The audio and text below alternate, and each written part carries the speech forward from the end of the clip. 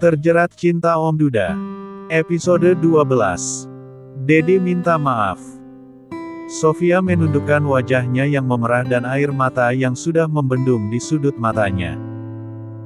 Gadis desa itu begitu tak ingin mendongakkan wajahnya yang sedang menahan malu dan kesedihan.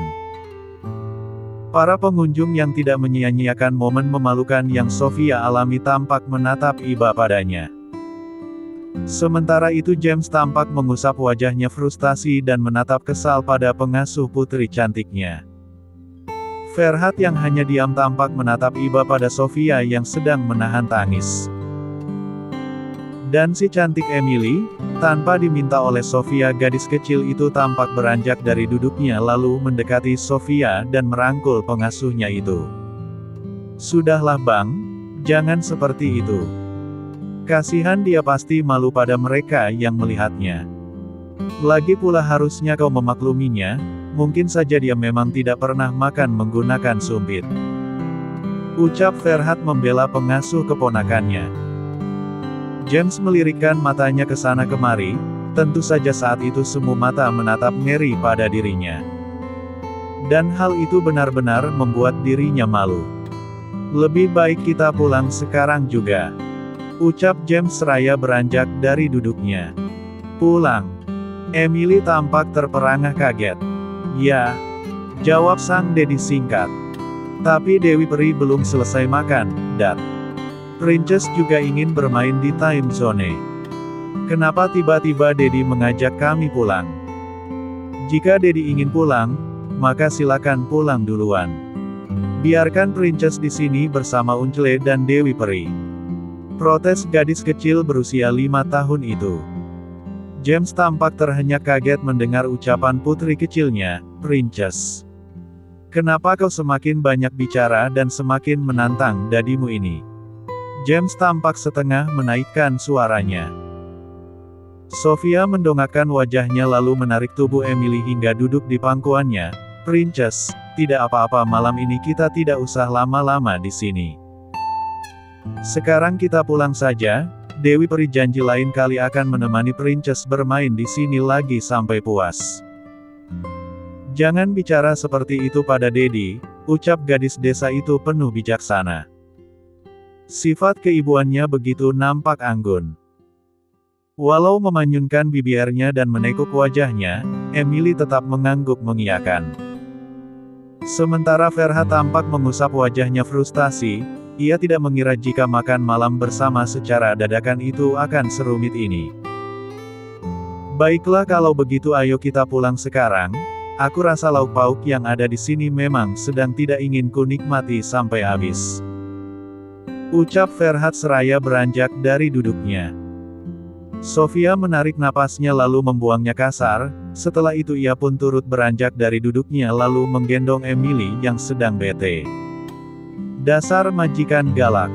Kenapa dia tidak bisa memahamiku? Kenapa malah Ferhat yang selalu paham pada diriku? Astaga, kalau bukan karena Princess ini, sudah pasti aku akan secepatnya kabur dari rumah itu," ucap Sofia dalam hati.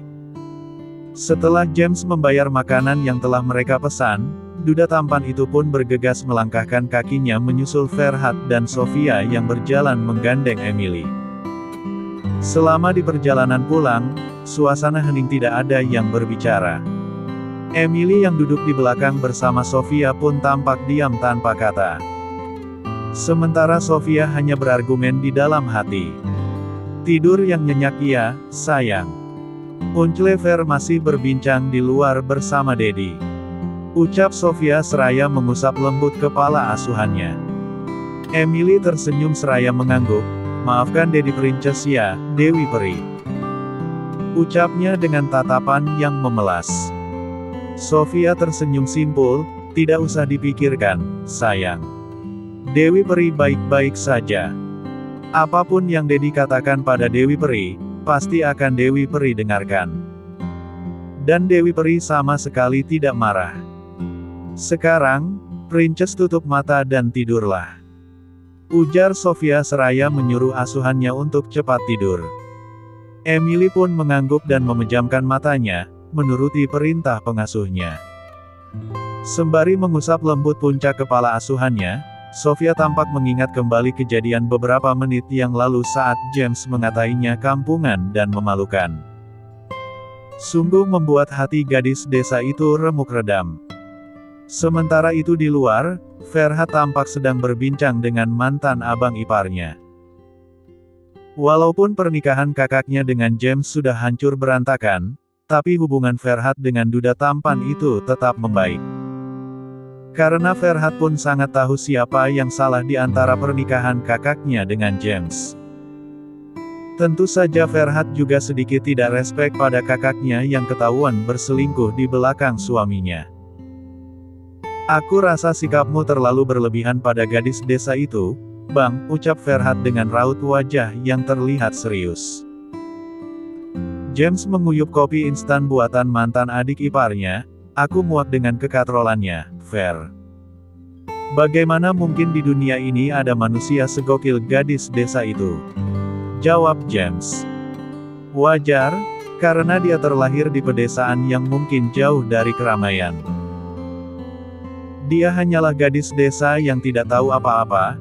Aku yakin gadis itu tidak pernah makan menggunakan sumpit, maka tak heran jika dia tidak bisa melakukannya," balas Ferhat yang tampak membela Sofia.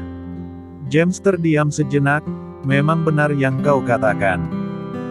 Tapi, tetap saja gadis itu membuatku malu," ucap James dalam hati. Apakah kau mengerti pada ucapan putrimu beberapa jam yang lalu? Dia mengatakan jika ingin memiliki Momi seperti Dewi Perinya. Aku rasa gadis kecil itu sedang memberi kode kepadamu agar menikahi gadis desa itu," papar Ferhat yang berhasil membuat James jingkat kaget lalu tak lama setelah itu ia tergelak. "Hahaha." James tertawa terbahak-bahak. Ferhat tampak mengernyitkan dahinya. "Apa kau sudah aneh? Kau pikir mataku sudah buta? Haha, bagaimana nasibnya para wanita cantik dan aduhai yang selalu mengantri untuk mendapatkan cintaku? Haha, kau ini. Kalau bicara suka ngawur," ucap James yang tampak masih tertawa. "Loh, kenapa? Toh saat ini yang kau butuhkan bukan hanya sosok seorang istri, bukan? Tapi juga sosok seorang ibu untuk putri kecilmu itu. Dan kebetulan Princess sangat menyayangi Sofia, pun sebaliknya," ujar Ferhat tetap teguh pendirian. "Ah sudahlah, jangan memaksaku. Lagi pula, di dalam hatiku sudah ada seorang wanita yang mampu membuatku nyaman. Aku yakin Princess pun setuju jika aku menikah dengannya," sanggah James sembari mengungkapkan unek-uneknya. Ferhat tampak mengerutkan dahinya dan memasang tajam kedua telinganya. Tapi sayangnya, wanita itu sedang berusaha menggapai cintanya yang entah siapa. Lanjut James yang membuat Ferhat semakin penasaran. "Siapa wanita itu?" selidik Ferhat. Bukan siapa-siapa. Dia hanya wanita tangguh, smart, cantik dan menarik. Wanita yang sudah bertahun-tahun lamanya mengabdi padaku dan perusahaanku," ungkap James yang masih menyembunyikan sebuah nama. Ferhat tampak membulatkan kedua bola matanya penuh. Kali ini lelaki tampan itu tampak sudah memahami ucapan mantan abang iparnya, "Mila kah wanita itu?" Tebaknya tepat sasaran. James menolehkan wajahnya pada Ferhat dan menganggukkan kepalanya. "Astaga," desis Ferhat yang tampak terkejut. "Why?" tanya James. "Itu artinya apa yang Kak Luna katakan tentang kalian?" Belum sampai Ferhat menyelesaikan ucapannya, dengan cepat James menyelanya. "Itu tidak benar. Kau jangan salah sangka padaku. Sebenarnya baru beberapa minggu yang lalu aku menyadari perasaanku pada sekretarisku itu," sanggah James menyela ucapan mantan adik iparnya. Ferhat terdiam dan mencoba mempercayai ucapan mantan abang iparnya. Sementara itu, di jarak yang tak jauh dari mereka, seorang wanita tampak sedang menahan sesak di dadanya saat mengetahui siapa wanita yang menetap di hati James. Sofia menghempaskan bobot tubuhnya di atas kasur empuknya yang ada di dalam kamarnya. Dadanya terasa sesak dan jantungnya bergemuruh bagaikan ombak di lautan Afrika. Deru napasnya tak beraturan, gumpalan air mata menumpuk dan membumbung di sudut kedua matanya. Pengakuan James yang tak lain adalah majikan galaknya itu benar-benar membuat gadis desa yang cupu itu begitu panas dan sakit hati. Kenapa dia sakit hati? Tentu saja karena gadis desa itu diam-diam menyimpan rasa untuk majikan galaknya. Entah rasa apa yang Sofia simpan untuk majikan galaknya, yang pasti ketika ia melihat wajah tampan James, ia selalu tertegun dan tak ingin berpaling dari wajah tampan itu. Hiks, ada apa denganku ini? Ya Tuhan, kenapa aku bisa mengagumi lelaki itu? Padahal jelas-jelas dia tidak suka padaku. Dia selalu frustasi dan galak padaku, tapi kenapa aku malah mengagumi lelaki itu? Bodoh sekali diriku ini. Sofia tampak mengoceh sembari terisak kecil menangisi apa yang tengah ia rasakan. Sofia benar-benar tidak menyangka jika dirinya bisa jatuh cinta pada majikan galaknya. Dan mirisnya, ini kali pertamanya dia merasakan jatuh cinta. Namun ternyata, bukan balasan cinta yang ia dapatkan melainkan sakit hati dan keputusasaan. Kenapa aku seceroboh ini sih? Kenapa aku tidak sadar diri? Kau ini siapa, Sofia? Kau hanya seorang gadis desa yang cupu dan kampungan. Tentu saja kau dan sekretaris majikan galakmu itu jauh berbanding 1999 derajat Celcius. Kembali Sofia mengoceh ria. Kali ini gadis desa itu tampak kembali beringsut dari tidurnya lalu duduk tegak mendekap bantal. Sebaiknya jangan pernah lagi kau pikirkan soal cinta, Sofia. Ingatlah, kau datang ke sini bukan untuk mencari jodoh. Kau hanya berniat untuk mencari pekerjaan agar dapat membantu perekonomian kedua orang tuamu. Oke, kau harus fokus. Fokus pada pekerjaanmu, fokus pada Princess Emily yang benar-benar membutuhkanmu. Lanjut Sofia yang tampak kembali bangkit semangat. Gadis desa itu tampak mengusap frustasi air matanya. Ya, Sofia kembali sadar siapa kodratnya di dunia ini. Gadis desa itu pun bertekad untuk menepis harapannya pada majikan galaknya. Tentu saja itu karena dia sudah tahu bahwa majikan galaknya ternyata sudah memiliki tambatan hati yang tak lain adalah Mila. Sementara itu, setelah Ferhat selesai berbincang dengan mantan abang iparnya, lelaki tampan yang masih berusia 25 tahun itu tampak melangkah lesu dengan raut wajah yang ia tekuk. Malam ini lelaki tampan itu memang berniat menginap di kediaman mantan abang iparnya. Karena dia sudah berjanji pada Princess Emily untuk menemani keponakannya itu. Apa yang aku dengar tadi bukanlah sebuah derita dan keputusasaan. Aku harus tetap semangat menggapai apa yang aku inginkan. Mila sudah lama menetap di hatiku, hanya saja aku yang tak pandai dan tak berani mengungkapkan perasaanku padanya, ucap Ferhat dalam hati. Ferhat sangat terkejut dan benar-benar tidak menyangka jika ternyata mantan abang iparnya pun memiliki rasa yang sama seperti dirinya pada Mila. Ya, diam-diam lelaki tampan itu ternyata menyimpan rasa cinta untuk sekretaris cantik mantan abang iparnya itu. Ferhat memang sudah mengenal Mila sejak Mila menjadi sekretaris mantan abang iparnya. Tapi saat itu dirinya belum memiliki perasaan apa-apa pada Mila. Perasaan itu muncul saat kakak kandungnya Luna menuding Mila sebagai selingkuhan suaminya. Melihat sikap dan kepribadian Mila yang terkesan baik, membuat Ferhat jatuh hati pada wanita cantik yang lebih dewasa darinya. Namun, sampai saat ini Ferhat belum berani mengungkapkan perasaannya walau mereka sudah sering chattingan. Haruskah aku bersaing dengan Bang James? Tapi, saat ini lelaki itu sedang mencari seorang istri dan juga ibu pengganti untuk Princess. Lantas, apa yang harus aku lakukan? Ucap Ferhat dalam hati. Di tempat lain, James membuka icon gembok lalu menempelkan sidik jarinya pada layar ponselnya. Jarinya bermain dengan gesit di layar ponselnya. Tak ada yang dia cari selain sebuah kontak yang ia beri nama, My Secretary.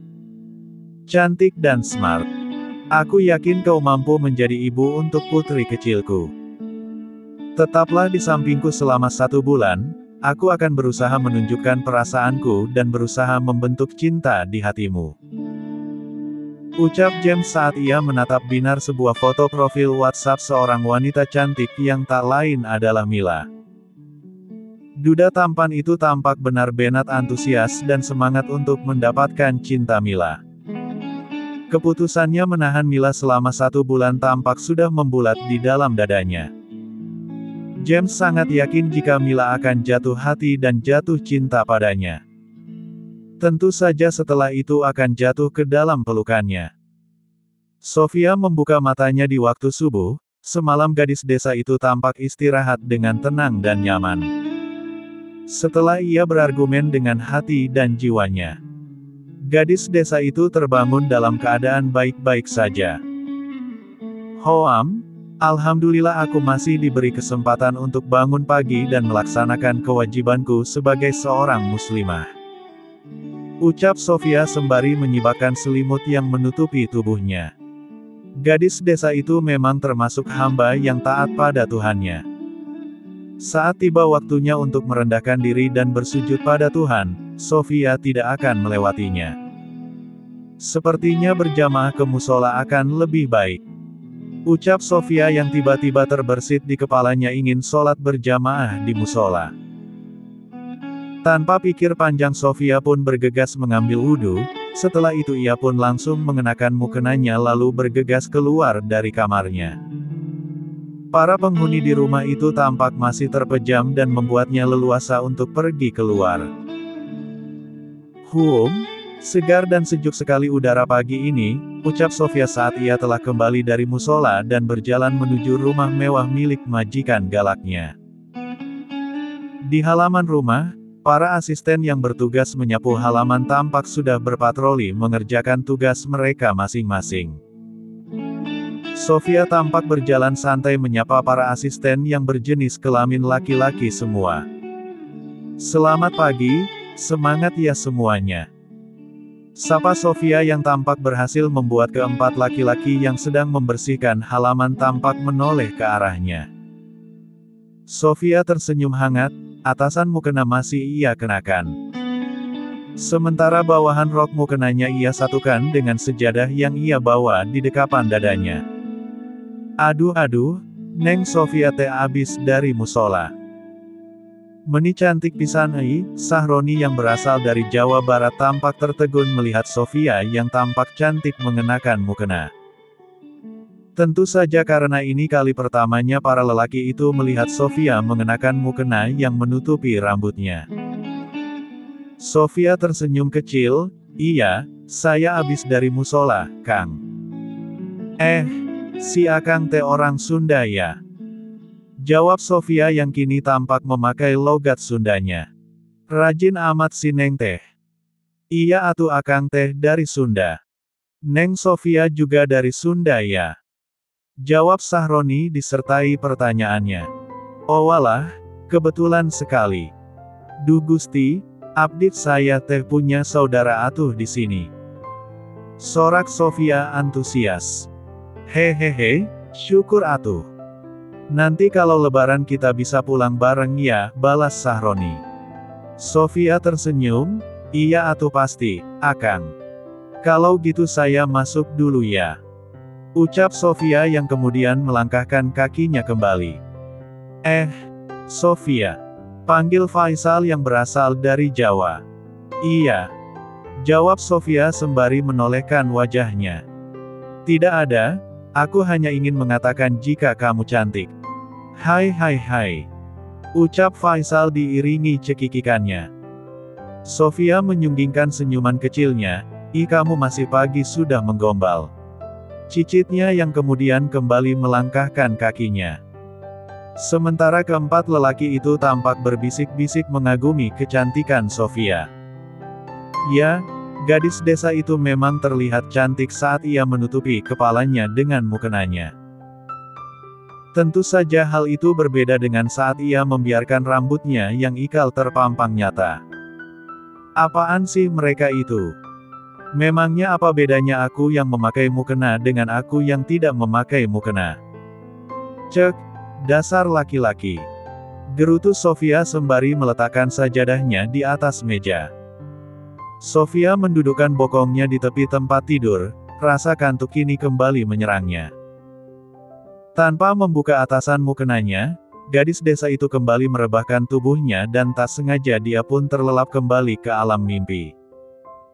Sekitar pukul 6:30 pagi, Ferhat terbangun dari tidurnya. Lelaki itu mengucek mata dan melihat keponakannya masih terlelap. "Hoam, sebaiknya aku langsung pulang saja. Toh aku tidak membawa pakaian ganti," ucap Ferhat sembari membersihkan sisa-sisa belek di sudut matanya. Lelaki tampan itu pun beringsut dari tempatnya, mendekati keponakannya lalu mengecup kening gadis kecil itu. Setelah itu ia pun bergegas ke kamar mandi untuk mencuci muka dan berkumur menggunakan Listerin. Setelah dirasa cukup, Ferhat pun bergegas keluar dan langsung pergi tanpa berpamitan. Di lantai 5, James tampak membuka matanya. Dilihatnya jam yang menempel di dinding, sudah jam 7, kenapa malam cepat berganti pagi? Ucap James dengan suara yang serak khas bangun tidur. Duda tampan itu pun mulai bangkit lalu melakukan apa yang biasa dia lakukan di pagi hari. Melangkah masuk ke dalam kamar mandi lalu membersihkan dirinya. Sekitar pukul 7:30, seperti biasa duda tampan itu akan menikmati sarapan di meja makan. "Selamat pagi Tuan, kopi dan sandwich ya sudah siap," sapa Muhsin selaku koki terbaik di rumah itu.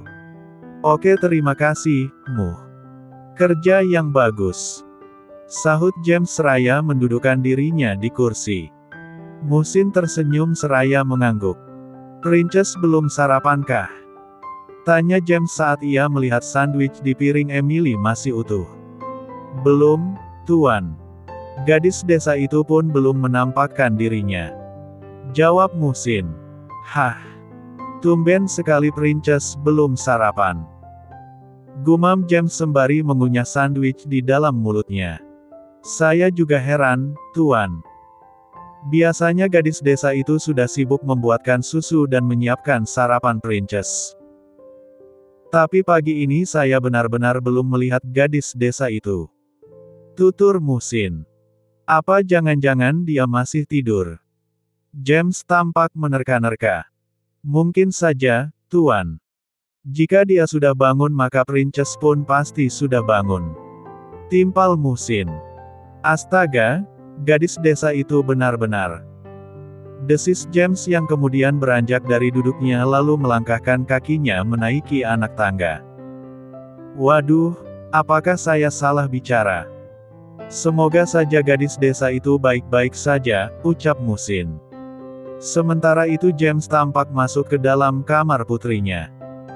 Di sana, Emily tampak benar-benar masih terpejam memeluk gulingnya. "Astaga, Princess benar-benar masih terpejam. Cek, dan kemana perginya si Ferhat? Kenapa dia tidak ada di sini?" ucap James. Duda tampan itu pun membangunkan putrinya dengan cara halus dan lembut, tak membutuhkan waktu lama, Emily pun terbangun dan membuka matanya. "Dedi, kemana Dewi Peri? Kenapa Dedi yang membangunkan Princess?" Gadis kecil itu tampak heran melihat dadinya membangunkannya. "Dewi Perimu masih ngorok," jawab James kesal. "Hah? Lalu, Unclever?" tanya Emily. "Lenyap di telan bumi," jawab James ngasal. Emily tampak terbelalak.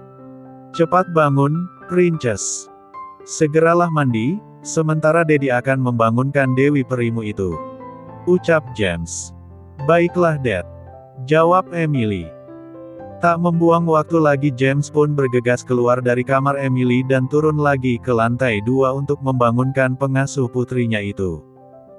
"Annabelle, apakah kau sudah bangun?" teriak James di depan pintu kamar Sofia. Tak ada jawaban, yang dipanggil sepertinya masih terlelap. Dan hal itu membuat James tidak sabaran, duda tampan itu pun akhirnya mendorong pintu Sofia dan masuk ke dalam kamar itu. Di dalam, Sofia tampak tertidur dengan posisi miring mendekap bantal guling. "Astagfirullah, dia benar-benar masih tertidur," bisik James seraya menggeleng-gelengkan kepalanya. Bersambung.